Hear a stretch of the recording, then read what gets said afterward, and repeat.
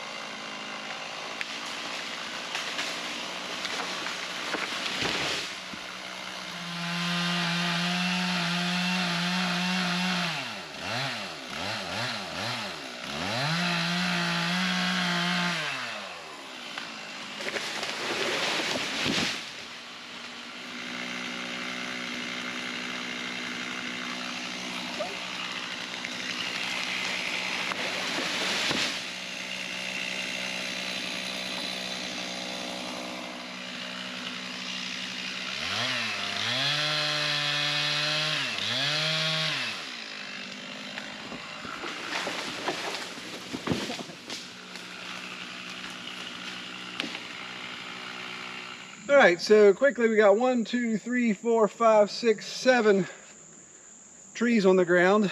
And what's funny is we cut all poplar, but poplar doesn't look like that leaves.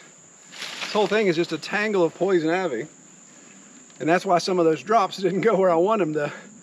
The first trunk, the double trunk, had poison ivy tangled between them in the canopy that I couldn't see. So when I released the first one, I wanted to go that way. It went the opposite direction because poison ivy vines had it wrapped up. Anyway, everything's on the ground. Didn't kill the cameraman. Didn't miss it by much, but all good to go.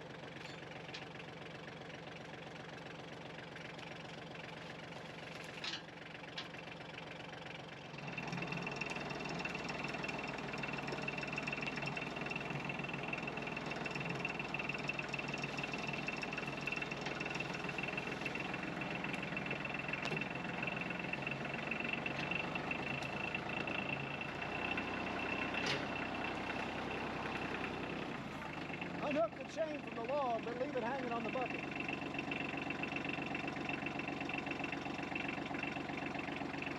That works. Wasn't really hooked at all. All right. Watch out. Watch out. Kelly's the best hooker on the team, baby. Woo!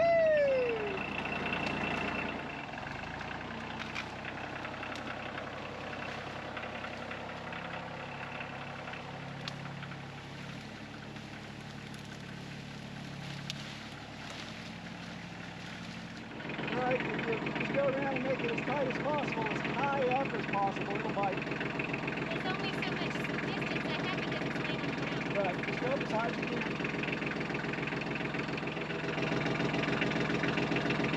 Go.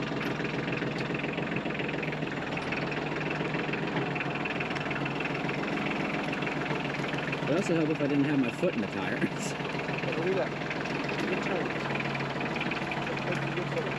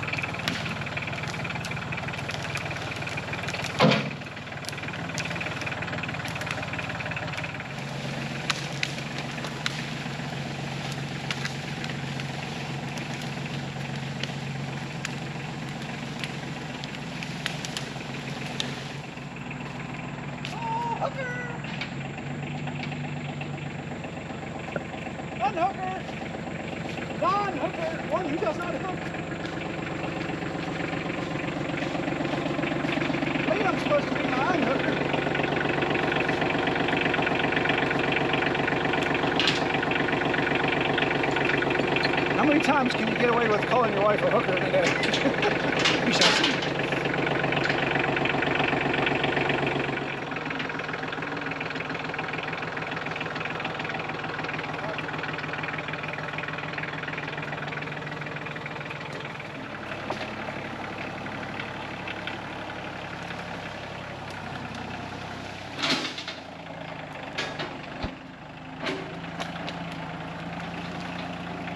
So it looks like it had been a great year. It's going to be a great year for wild grapes this year. The 2 grapevines we cut into, they are just inundated with them. You can see them everywhere. Oh, this is grapevine. As a kid, I remember I'd always see grouse get up in the treetops. That's the only time you'd really see them that high. But they get up in the treetops to eat the grapes during grouse season. I guess during any season, but that's when I would see them.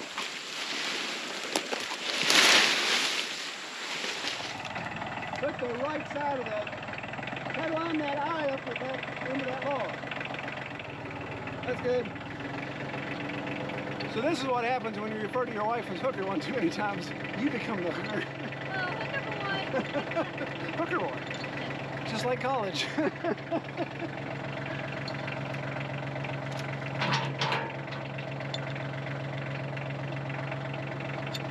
You've been hooked. All right, so back up and kind of swing the hook around that way. Go the other way.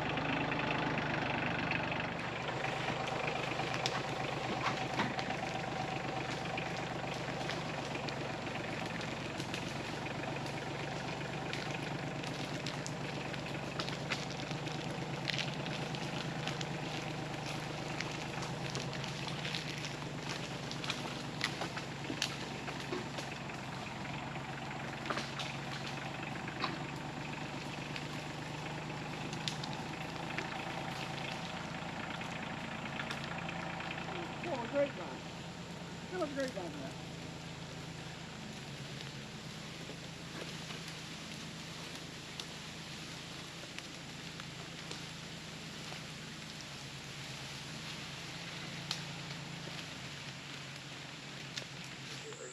All right, so we've got all the trees down that I wanted to get down in this spot prior to the excavator coming. And it's made a pretty good brush pile, so I gotta watch. I don't make too big a brush pile that it gets in the way of the earthworks we want to do. And I'm not really prepared to light it all on fire right now since all the rain we've had. And you may be wondering, some of that poplar, some of that cherry, why didn't we cut it up for firewood? As you can see, when we go to clear everything, we're going to have tons and tons of firewood. So just not taking the time to do that just yet. I'd like to build a shelter where we could actually put the firewood in, so it makes sense when you're piling it up that it's going to get dry. Poplar, if you cut it for firewood and left it laying on the ground, by the time we get to next year, when we hopefully start using this, it's just going to be a rotted mess. But let me show you what we've got, or what we did and why we did it this way. So what we want to do right here in this, it's tough to call it a flat spot, but this clear spot that we made now, we want to make it flat next week, is this will be a position for, we always thought the first thing would be a small cabin, like an off-grid cabin. But I think right now we're going to start with a deck for a glamping tent. And I think that's going to allow us to get going quicker. Get some people out. We've had a lot of interest already expressed in coming out. We think we're going to be able to do that quicker than, of course, erecting a cabin. What we also did, this last cherry tree that we just drug out, you saw Kelly dragging out, we cut it down. It was right here. And the reason why, I don't know if you can see if the cameras, let me walk up here, see if this shows up on the camera or not. But back in the day, this was an old road right away. You can kind of see how it goes down there where Cam's standing. In fact, there's a lot of field stone right here beside this sycamore that somebody stacked up as if it was the edge of the road. Well, the reason in getting that little road cut, or the reason why we cut that cherry tree down, was so with the excavator I could easily get back up in here. And the plan is to get right to that little spot there. It's flat for West Virginia. And that cherry was the last big tree that needed to go away. So everything else I can do with the excavator and the thumb on the bucket to make a turnaround spot here, because there's a ton of poplar that are really mill quality poplar up here that will allow me, if I've got a nice approach here, I can drive the tractor up, skid stuff out, because it must be like a little log staging area if I was doing a mini logging operation. And then that road will also be useful because our plan will be back here on this bench. There's some really beautiful flat spots. Then we can go back and build additional glamping spots or cabin spots should we choose. So all the way down, past the tractor, past the side-by-side, the plan, and I'll detail this a lot more. We're going to do video of the excavator work, probably multiple videos, because there's a lot we want to try to do. But the game plan is really just to try to get this on grade as much as possible. It'll have a gradual slope that way, because we're not going to be able to cut that much down. But there's also a little bowl shape to it. So we're going to fill in that bowl. We're going to fill in some of the areas. Many years ago, we did a creek rerouting where I showed how we rerouted the creek without any equipment. And that's worked so well now that we can take the backfill right behind the brush pile. We can fill that in, the old creek, the old stream passage, and then have the new stream passage that's been established by our efforts. I'll link to a video here if you want to see what we did. Nothing crazy. So one more thing we hope to do, let me turn here so you can see where we are. So Kelly and the boys are standing up there. I'm now down here on the other side of the tractor in the side-by-side. So our south ridge here is very, very steep.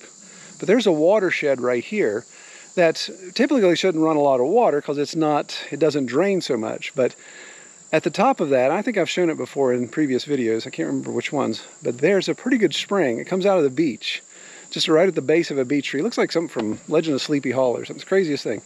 And water just comes out of there and runs down and constantly runs down this. And then this little road right away you see here was already here when we bought the property 20 years ago. I'm not quite sure what the method to their madness was. It was my understanding that they farmed this. They did a lot of sweet potato farming back in here, and it kind of feels like it's got furrows in it, or bumps when I go over it, so it feels like maybe there was farming, and that's how they got around it, was this little road got them around to go to the next spot, because there was another spot back there where it looked like they gardened. Anyway, so this water comes down, and just, you can see when I was mowing the other night, I kind of got hung up here. So this water comes down and just fans out.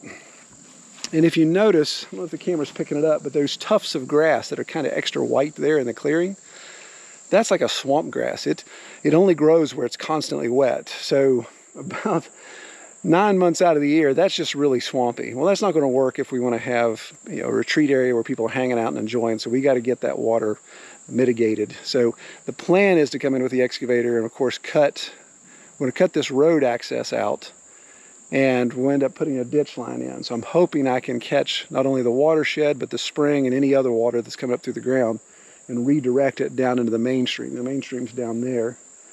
If or just for reference, there where the dirt road comes down and hits the bottom, that's where the main creek goes through. It's where we put our big culvert in last year. Now, really the first two structures we want to build is the platform like we talked about for a glamping tent, and then a bathroom facility, kind of like an upgraded version of what we did up at our camp on the other side of the state that we featured in previous videos. I've been designing that in SketchUp. I've almost got it done. As soon as I get it done, then I'll share it with y'all, because right now it's not completed, so it's not worth sharing. But we'll fill you in on those details as well. So that's the reason to have access to these road access and have a clean right-of-way back here, because a lot of the trees we're going to cut down are going to be milled to make the infrastructure that we want to have here at our retreat. Well, I think that's going to do it for our crew today. Appreciate everybody's help today, y'all. We got to get back to the house. I think we got to feed the crew. I got one that's got to go to work, and all kinds of stuff that's got to happen the rest of the afternoon. But we appreciate everybody watching. Y'all take care.